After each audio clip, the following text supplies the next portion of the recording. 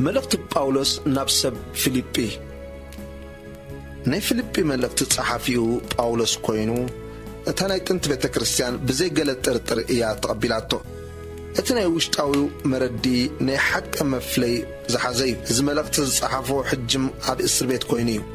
باولوس اتكاند زعبا جيروز صحافو باولوس أبرما مأسارور سميعهم سلة زلقاقلو هي نممسقان إيو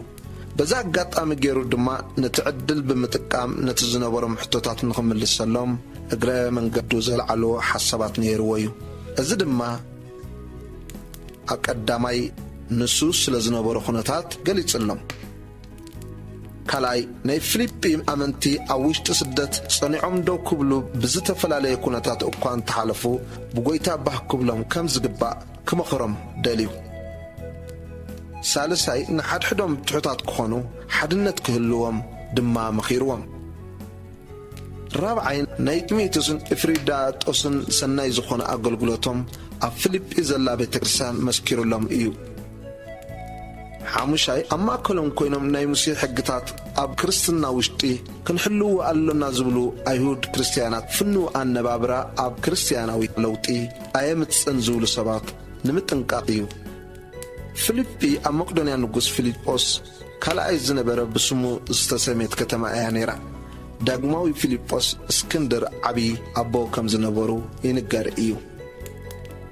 استتصحفوا العلامة نفيليباويان نتستسدد اللوحياب نخمس جنن كابت بين الزخونة قويتا يسوس زمت حاقوس كمي مخانو نخر ايوم نخبر تعمل ايو تتصحفو اتك عندك قال ابزمت صحف فيليبي معراف 4 زلو خوينو بغويتا كل ساعة حقوسو دقيمت حقوس بلالخو ملختنا فيليبي بقنع منفس انت تردينايو تتصبيقنا تردو ازقد بأنا نخرصص مفلاتن حيلون تنسايو مردان كمون امكرا زلو حبراتو بموتو خن مسلوز ايو سلازي حواري باولوس تتصبيقو فلط ازدليو كريستوس يسوس ايو بزد ما بكريستوس كل ساعة زركب حقوس كنكافلو يزقلت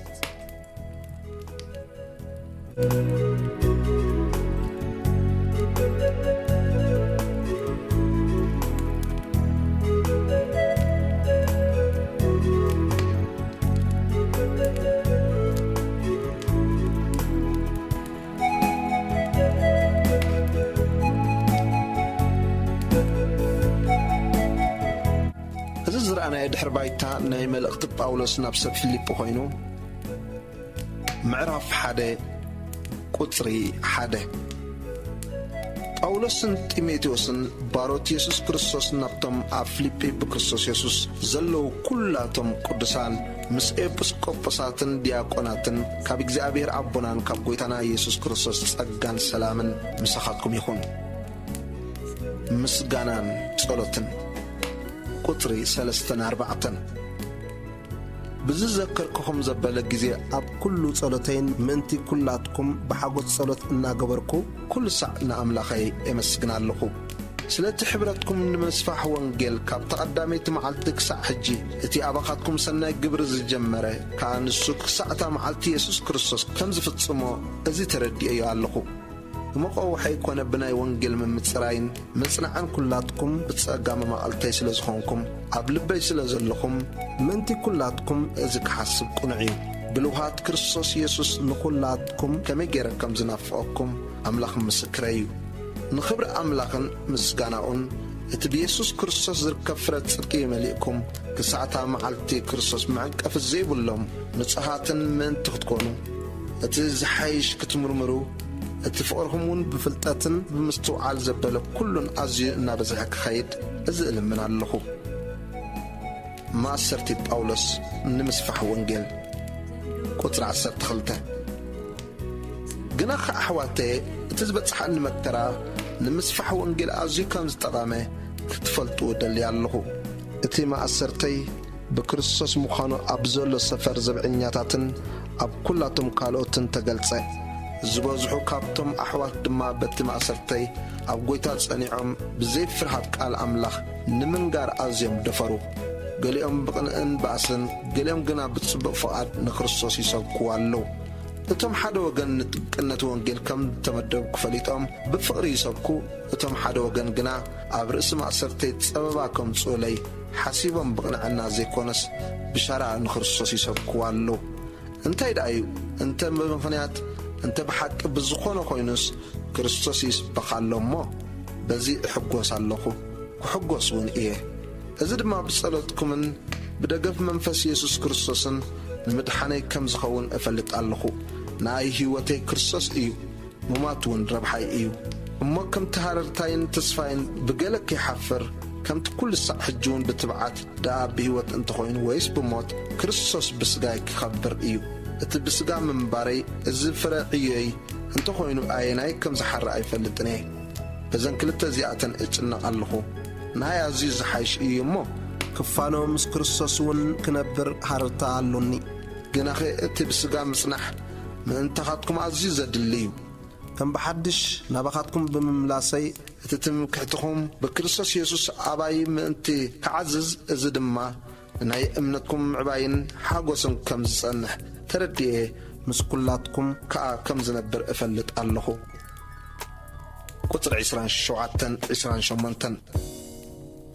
ካብቶም ተጻረርቲ ብሓደ ነገር እኳ ከይሰንበድኩም እዚ ንኣታቶም ንጥፋት ንኣኻትኩም ግና ንምድሓን ምልክት እዩ። እዚ ከዓ ካብ ኣምላኽ እዩ። መጽየ ክርእየኩም እንተኾይኑ ወይስ ከየለኹ ስለ እምነት ወንጌል ብሓንቲ ነፍሲ ምሳይ እናተጋደልኩም ብሓደ መንፈስ ቀጥኢልኩም ከም እትቖሙ ምእንቲ ክሰምዕ ሓንቲስ ንብረትኩም ንወንጌል ክርስቶስ ዝበቃዕ ጥራይ ይኹን። እቲ ኣባይ ዝርእኹምዎ ሕጂውን ኣባይ እትሰምዕዎ ዘለኹም ገድሊ ከምኡ ዝበለ እናበጽሓኩም ሳላ ክርስቶስ ምእንትኡ መከራ ድማ ክትጸግቦ እምበር ብኡ ክትኣምኑ ጥራይ ኣይኮነን። ጸጋ ተውሂቡኩም ዘን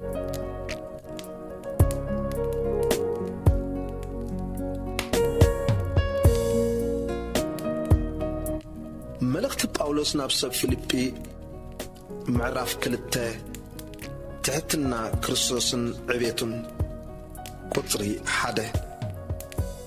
እምበኣርሲ ገለ ምጽንናዕ ብክርስቶስ ወይስ ገለ ደበሳ ናይ ፍቕሪ ወይስ ገለ ሕብረት መንፈስ ወይስ ገለ ምሕረትን ድንጋጽን እንተሎ ብሓንቲ ሓሳብ ብምዃንኩም ብሓንቲ ፍቕሪ ብምህላውኩም ብሓንቲ ነፍሲ ኮንኩም ሓደ ብምሕሳብኩም ሓጐሰይ መልኡ። ሓንቲ እኳ ንርእሰይ ይጥዓመኒ ብምባል ወይስ ንውዳሴ ከምቱ ኣይትግበሩ። ብትሕትና ግና እቲ ሓደ ነቲ ሓደ ካብ ርእሱ ኣብሊጹ ይርአዮ። ነፍሲ ወከፍ ንብጻዩ ደኣ እምበር ነፍሲ ወከፍ ንርእሱ ዝሕሾ ኣይጠምት። ቁጽሪ 5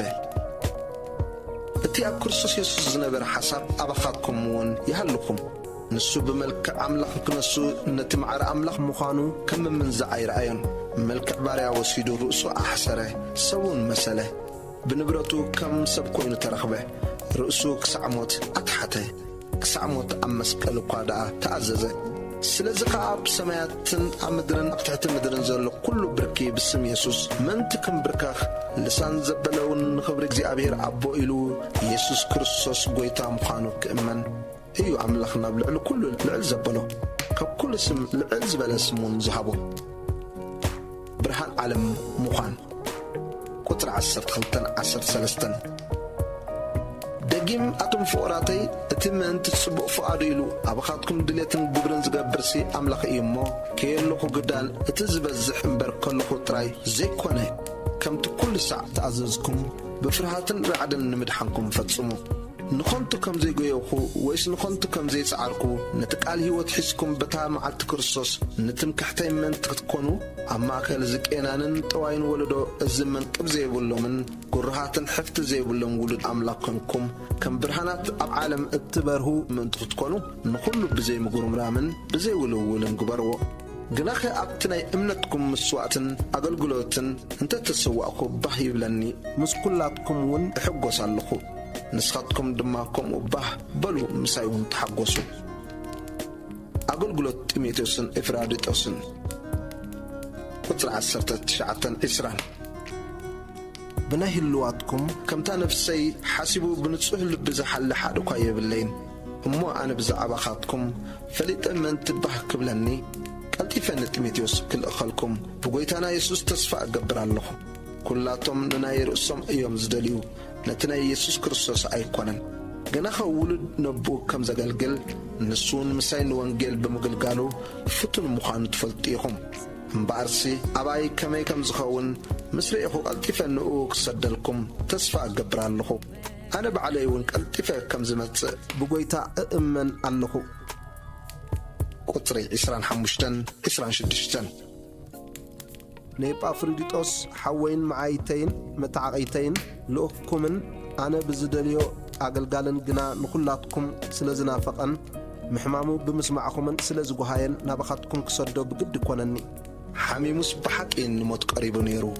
ግናኸ ኣምላኽ ምሒርዎ ሓዘን ኣብ ልዕሊ ሓዘን ምእንቲ ከይውስኸኒ ናይ ድማ ይምበር ንኡ ጥራይ ኣይኮነን ስለዚ ምስ ርኢኹምዎ ከም ብሓድሽ ምእንቲ ክትሕጐሱ ኣነውን እቲ ሓዘነይ ምእንቲ ክቐልል ቀልጢፈ ሰደድክዎ ደጊም ንሱ እቲ ካባኻትኩም ዝጐደለኒ ኣገልግሎት ምእንቲ ክምልእ ነፍሱ ቐቢጹ ምእንቲ ዕዮዎ ክርስቶስ ክሳዕ ሞት ቀሪቡ ነይሩ እዩ እሞ ብኩሉ ሓጐስ ብጐይታ ተቐበልዎ እዞም ከምዚኣቶም ዝመሰሉ ኣኽብርዎ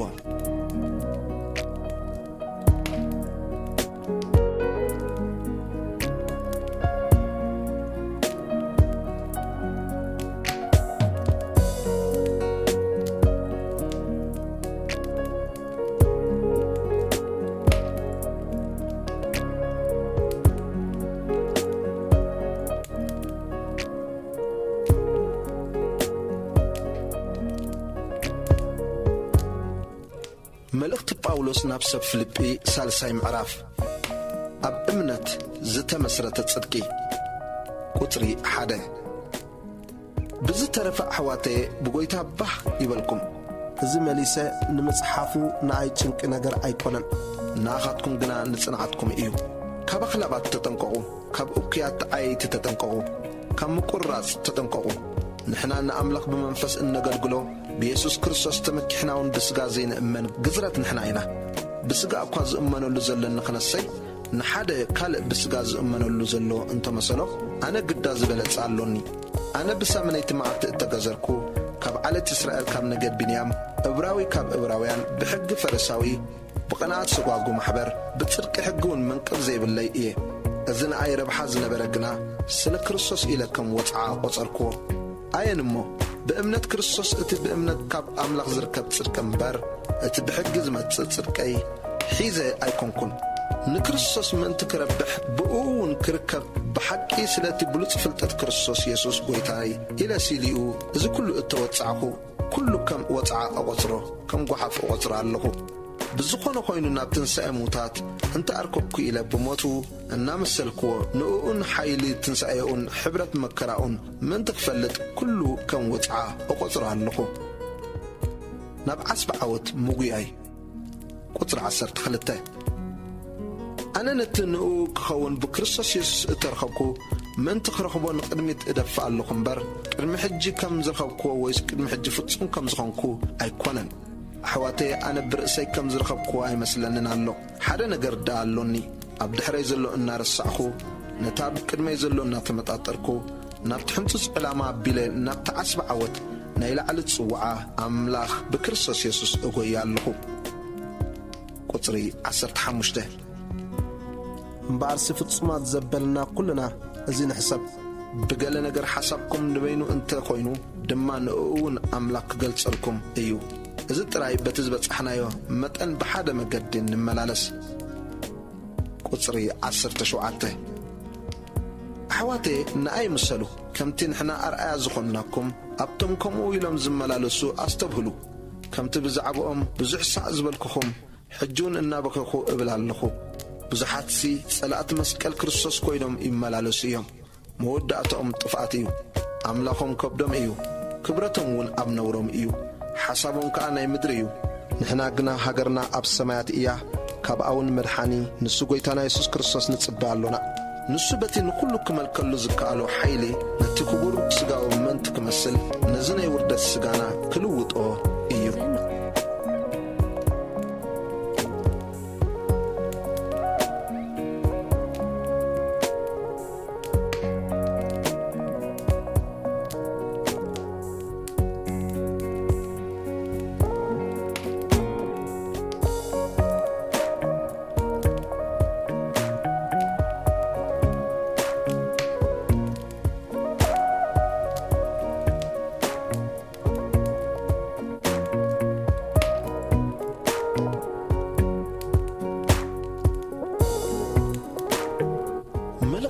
ጳውሎስ ናብ ሰብ ፊልጵ 4 ምዕራፍ ናይ መወዳእታ ማዕዳ ቁጽሪ 1 እምበኣርሲ ኣቱም ኣነ ዘፍቅረኩምን ዝናፍቐኩምን ሓጐሰይን ኣኽሊለይን ፍቑራት ኣሕዋተይ ከምዚ ኮንኩም ብጐይታ ጽንዑ ሓሳበን ብጐይታ ሓንቲ ክትከውን ንእዋድያ እምዕድ ንሴንቲክዮን እምዕድ ኣለኹ እወ ኣታ እሙን ሰሲጎስ ንኣኻውን ክትድግፈን እልምነካ ኣለኹ ንሳተን ምስ ቀላሚንጦስን ምስቶም ስሞም ኣብ መጽሓፍ ሕይወት እተጻሕፈ ካልኦት መዓይተይን ምሳይ ብወንጌል ዝጸዓራየን ቁጽሪ 4 ብጐይታ ኩሉ ሰዕ ተሓጐሱ ደጊመ ተሓጐሱ እብል ኣለኹ እቲ ልውሃትኩም ኣብ ኩሉ ሰብ ይፈለጥ እግዚኣብሔር ቀረባ እዩ ድሌትኩም ዘበለስ ብጸሎትን ልማኖን ምስ ናይ ምስጋና ኣብ ኣምላኽ ይፈለጥ እምበር ብገለ እኳ ኣይትጨነቑ እቲ ካብ ኩሉ ኣእምሮ ዝበልጽ ሰላም ኣምላኽ ድማ ንልብኹምን ሓሳብኩምን ብክርስቶስ ኢየሱስ ክሕልዎ እዩ ቁጽሪ 8 ብዝተረፈስ ኣሕዋቴ ሓቂ ዘበለ ርዝነት ዘለዎ ዘበለ ቁኑዕ ዘበለ ንጹህ ዘበለ ተፈታዊ ዘበለ ጽቡቕ ወረ ዘለዎ ዘበለ ገለ ደግነት እንተኾይኑ ገለ ንእደውን እንተኾይኑ ብኡ ሕሰቡ ነቲ ካባይ እተምሃርኩምዎን እተቐበልኩምዎን ዝሰማዕኩምዎን ኣባይውን ዝርእኩምዎን እዚ ግበርዎ እሞ ኣምላኽ ሰላም ምስኻትኩም ክኸውን እዩ ጳውሎስ ብዛዕባ እቲ ዝተለኣኸሉ ከም ዘመስገነ ቁጽሪ 10 ደጊምሲ ክትሓስቡለይ ሓድሽ ሕይወት ሕጂ ስለ ዝረኸብኩም ብጐይታ ብዙሕ እሕጐስ ኣለኹ ዘይሰለጠኩም ዳኣ ኾይኖ እምበር ቀደም ከዓ ሓሲብኩም ነርኩም ኣነስ በቲ ዘሎኒ ይኣኽለኒ ምባል ተማሂረየ እሞ ሲኢነ ስለ ዘለኹ ኣይኮንኩን እዚ ዝብል ዘለኹ ትሕት ምባል እፈልጥ ሕልፍን ትርፍን እፈልጥ እየ ጸጋብን ጥሜትን ምስ ትርፉ ምህላውን ስነትን ኣብ ኩሉን ብኩሉን ልሙድ እየ በቲ ሓይሊ ዝህበኒ ንኹሉ እኽእሎ እየ ኣብቲ ጸበባይ ብምሕባርኩም ግና ጽቡቕ ገበርኩም ኣቱም ሰብ ፊልጵ በቲ ናይ ወንጌል መጀመርታ ካብ መቆዶንያ ምስ ወጻእኹ ብጀካኻትኩም ጥራይ ካብ ማሕበር ብናይ መሃበን ምውሳድን ሓደ እኳ ምሳይ ከም ዘይሓበረ ንስኻትኩም በዓላትኩም ትፈልጡ ኢኹም ኣብ ተሰሎንቄ እውን ሓደ ጊዜን ካልኣይ ጊዜን ዘድልየኒ ሰዲድኩምለይ ኣነስ እቲ ፍረ ንኣኻትኩም ክበዝሓልኩም ኢለ እየ እምበር ውህበትኩም ደልያ ኣይኮንኩን ሕጂ ግና ኩሉ ኣሎኒ ምስ ትርፉ እውን ኣሎኒ እቲ ካባኻትኩም ብኢድ ኤጳፍሮዲጦስ ዝመጸ ምዉዝ ሽታ ስሙር ንኣምላኽ ዘሐጕስ መስዋዕቲ ምስ ተቐበልኩ ድማ መሊአ ኣለኹ ኣምላኸይ ከዓ ከምቲ መጠን ሃብቱ ብኽብሪ ብክርስቶስ ኢየሱስ ገይሩ ድሌትኩም ዘበለ ከመልኣልኩም እዩ ግና ኸ ንኣምላኽናን ኣቦናን ዘለዓለም ዓለም ክብሪ ይኹኖ ኣሜን